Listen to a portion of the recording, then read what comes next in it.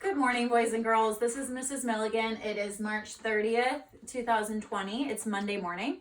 I'm going to be talking a little bit about our math assignment this week. I know that I am really excited to get started because it's a project and it's probably going to take you all week, and it's really the only big thing that you have for math. So building on what we ended on last quarter, this is focused on the geometry standards.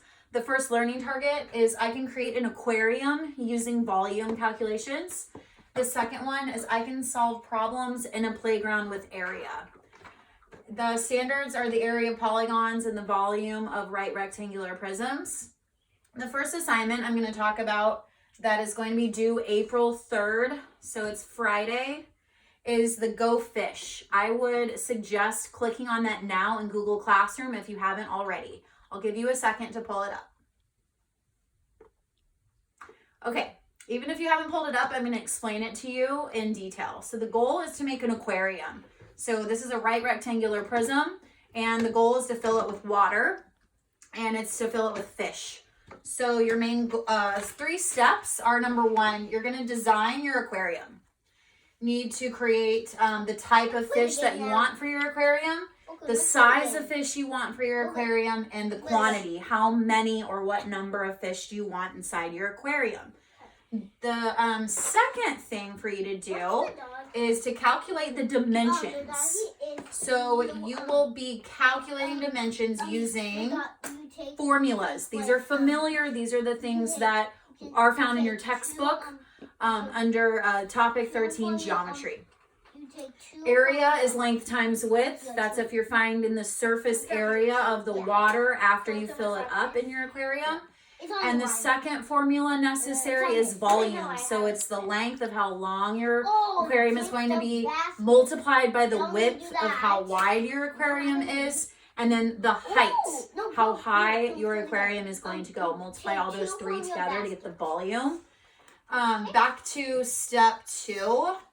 There are things called constraints. It's not an open-ended aquarium project. So the must-dos or the must-haves are: number 1, the total surface area is 20 square inches per body length of the fish. So let's say I have one fish, it's 4 inches long. I would multiply 4 times 20 to get 80 square inches on the surface area of my aquarium.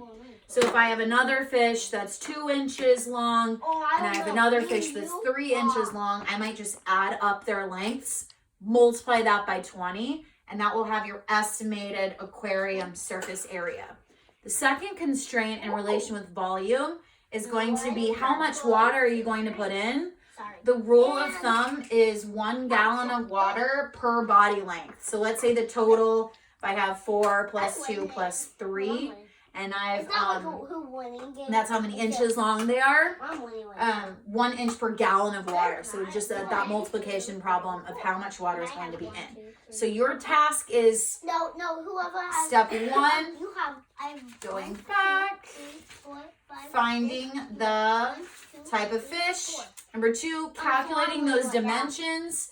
And step 3, you're going to draw it and label it. So it's got to look professional. It could be on graph paper, writing paper, a notebook. You could create it digitally on either Google Doc or another program that you have found. Ways to submit your assignment are to take a picture of it and have your family send it in. You could scan it and put it in, or you can ask me and we can find a creative way for you to share it. One good way is meeting in Zoom this week. You will present your work in progress. So it doesn't have to be done by the time we have our discussions, but if you could do the best you can to create an idea and then just be ready to verbally share it out for some participation points, that would be awesome, and I can't wait to see what you have created. I think it'll be really fun for you. The second project is called Design a Playground. That is on your assignment. Posting for Google Classroom for Math. It's the only other thing you have to do this week. And that one is a review of the perimeter formula. You multiply 2 times the length 2 times the width and then add them together. Or you could just add all 4 sides together. So we're going to be solving problems using a playground. You can fill it out, just write the answers down and send it in and submit it by Friday. Good luck, and I can't wait to hear from you soon. And that is our math lesson for this week. Yeah.